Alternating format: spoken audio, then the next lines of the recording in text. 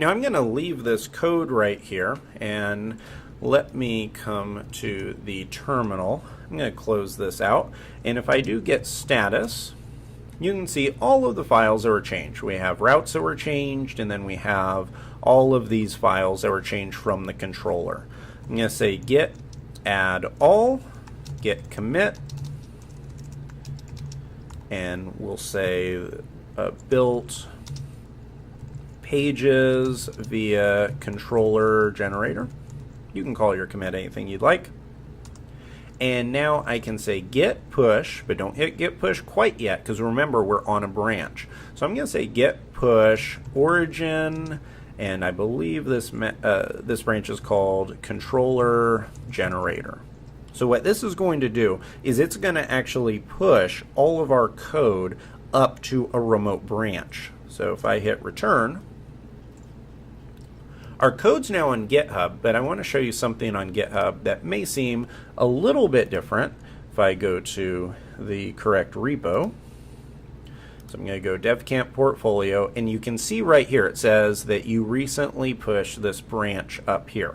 Now if you go into the regular code, so if I go to app and I go to controllers, you can see we don't have our pages controller, and the reason for that is because I pushed up to a branch. If I click on branch controller-generator, now you can see that we have all the right code. So we have our pages controller right here. You can see that we have all of the work that we did.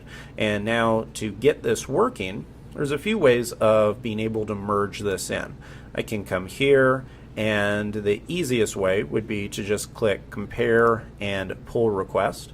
This is going to check to see if this is able to merge. If we had a bug where we had some work left over in master and we're overwriting it, then this would say that you had some conflicts that you have to fix, but we're doing ours nice and clean. Here I can put some comments, so I could say something, and yeah, I can use Markdown. So I can say integrated pages controller with, and I'll make this a heading tag,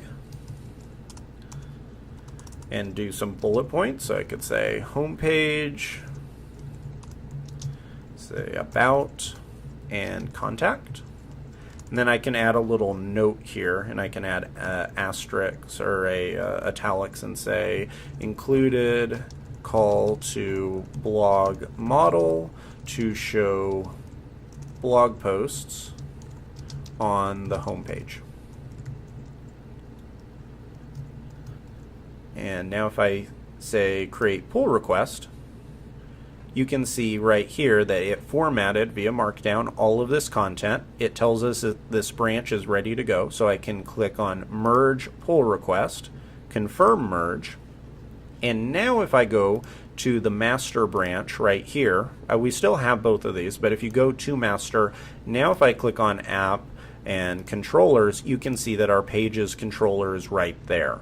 Now to get all of this live locally, if I say I do get status, I don't have anything, but if I do get checkout master, right here we're not going to have the code that we already pushed up. If you switch back to Sublime Text, you can see these little dots here, and what these are telling us is that we don't have any of this code right here. So I have to hit don't save, well, you don't have to close these out, but what this means is none of this code's actually available. If you go to routes right here, this is a good example, you can see that we don't have any of those route items. So that's not a problem. That's actually the last step of being able to do this. And so what we're going to do is say git pull, and you can see that what it did is it brought down all of the code. So everything that we merged in is now available to us locally on the master branch. So here, now you can see all of this code's here.